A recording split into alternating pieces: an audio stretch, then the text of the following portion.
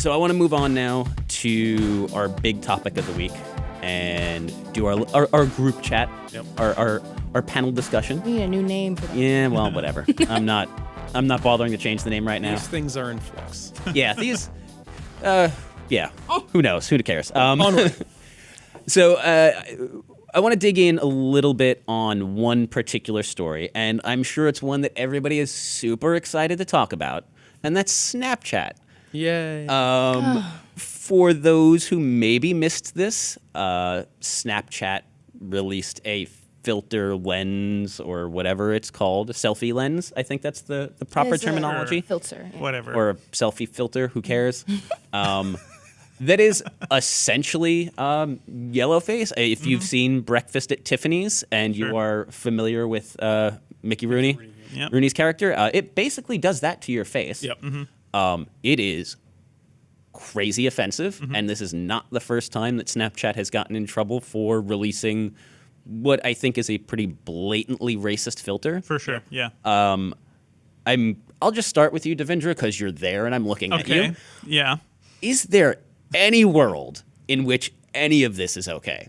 No, I don't think so. And the sad thing is, like, after the Bob Marley filter, that was stupid, incredibly stupid, and we gave them a lot of crap for that.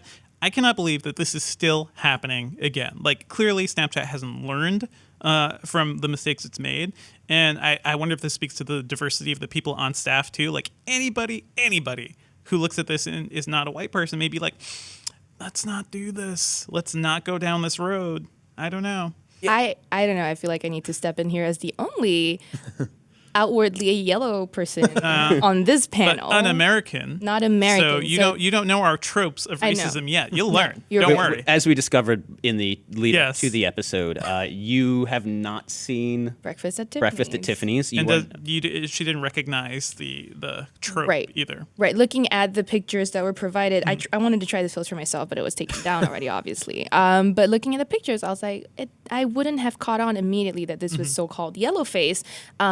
And I didn't know if maybe, like you said, someone on Snapchat staff was, or everyone was just as dumb as me. Their explanation was that they were going for anime style, which it does also look very anime style, except for the whole Bugs Bunny thing. The buck teeth thing is not anime style. And I mean, I would argue that nothing about it is anime style. I mean, I'm not the hugest, addict of anime, but I'm pretty sure most of it, it's like big eyes. It's very big hair. Yeah, spiky hair. Yeah. It's South Park has done great anime tropes, like making Princess fun Skinny. of that. Yeah. Yeah. So and that's South Park. South Park does this better than Snapchat. a big tech company. Come on. Yeah. I mean, South Park's been doing it for 20 years. But yeah, they're good at it. It's a crazy thing. The Bob Marley one was more interesting because I think Bob Marley's estate sanctioned it. So I'm wondering who made that decision. But immediately it was pretty obvious it was not smart and looked horrible. Yeah, and that one did not get pulled, I don't think, right? Oh. They left that up? I'm not sure. I think it was, I don't remember. Okay. I don't remember seeing the Bob Marley one. I wasn't sure if it's one of those, Oh, I can pull it up for you. Oh, thank you. Hopefully we'll embed a link to the post at the very least in the description of the podcast if we can't show a photo of this. But yeah, I mean, this is the definition of blackface. Sure. There are two photos of staff members with the Bob Marley filter applied. One of those is a white person. Oh. Yeah. Oh. Yeah.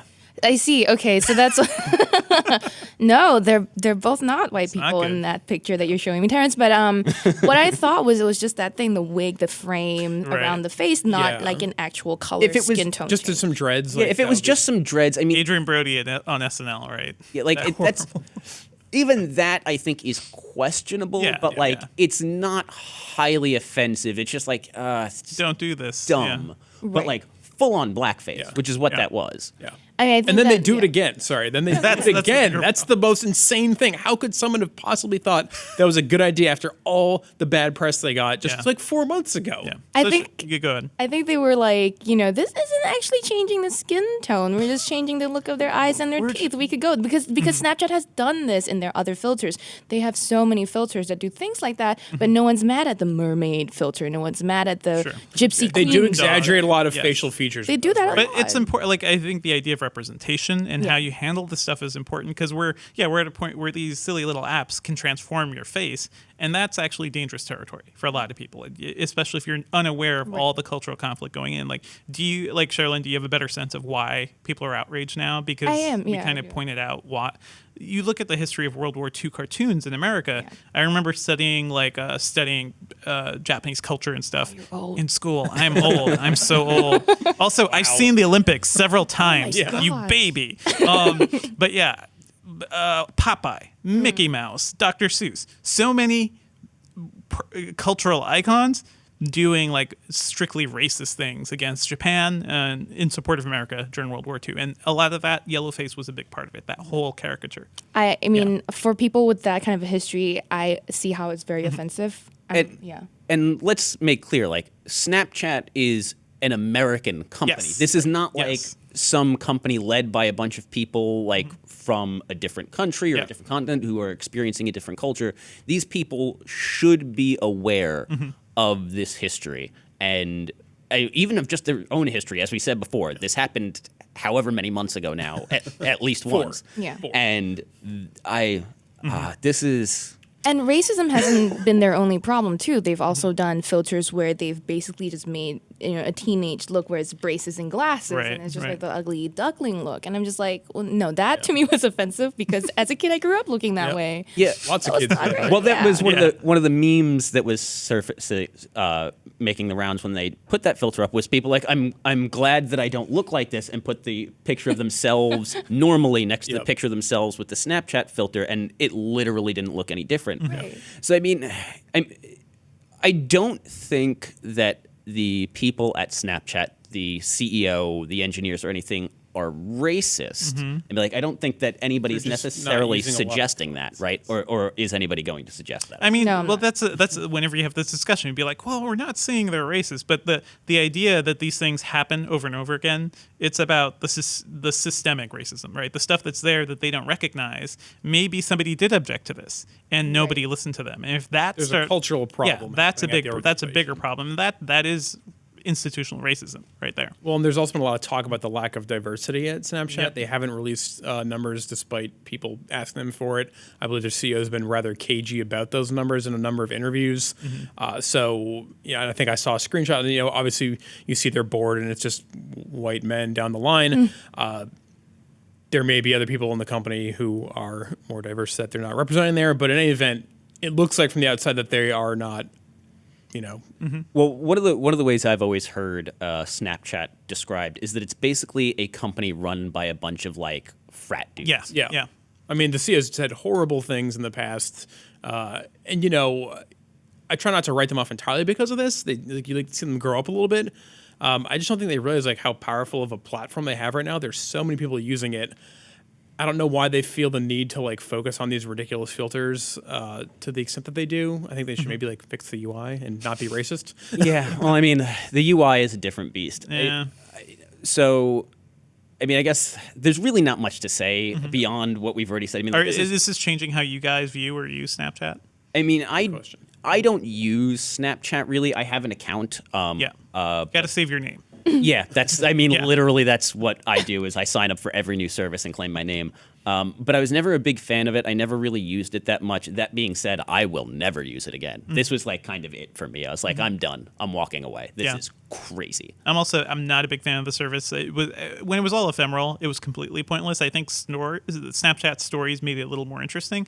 But even now, like I can get a lot of that on Instagram. Hey, that's great. So I'm just going to stick with that. We got an alternative now. Yeah. Wow. I'm going to keep using Snapchat.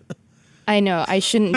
I know. Y'all hate me. There's an age divide happening too. Like that is it. Us olds are not. Also not that much younger than you guys. But okay. We'll talk about that later. You've never seen the Olympics before, so I don't know how old you are. In terms of pure years, maybe not. But me and Devendra at the very least are old souls, and I think we can loop Nate in on that one too. Sure. We're at our hearts probably about a decade older than we are physically. I'm not, but no, I'm in the same boat as those guys. I've not used it a ton. I've played around with it a little bit. I'll occasionally see stuff that I think is interesting. I think the stories was a really good idea. There's some value there, but I have been the best a passive user, and I don't think I will be using it extensively ever, really. All right, so I think that about wraps it up. Guys, thank you so much for joining me. This was, I want to say fun. Fun is the word you used to I describe. like yelling at tech companies. Yeah. Great. That actually is a lot of fun. I am going to go. That could be the name of the podcast. Yeah. I like yelling at tech companies. Be better. Be better. Be better. Yeah. Ooh, that's a good segment. Segment. Devindra, where can our loyal listeners and viewers find you on the internet? I'm on Twitter at Devindra, and I have a personal website that I'm rebuilding at devindra.org. Yeah. Ooh. Nice. Sherlyn? On Twitter, I am at Sherlyn Lowe. Try to spell that. And I'm also rebuilding my personal website, sherlyn.org, too. Personal Wait, websites are seriously? great. It is, yeah. That's awesome. I don't have a personal website because I'm too lazy to make one. But I'm on Twitter at Nate Ingram. Look it up. It's a real train wreck. If you dare. And that's lots of E's, no A's. Or you can hit up the official Engadget Twitter. That's at Engadget. Or email us at podcasts@Engadget. We want your feedback. We want your suggestions, your complaints, whatever it is. The only way the show is going to get better is if we do what you want, and we won't know what you want unless you tell us. So thanks for joining us, and don't mix next week's episode. But before we go, I just want to leave you with the comment of the week, which comes from Polybius Champion. Until you need to take a canoe somewhere. Words to live by. Cheers. Thinking emoji. Cheers. Yeah. Cheers.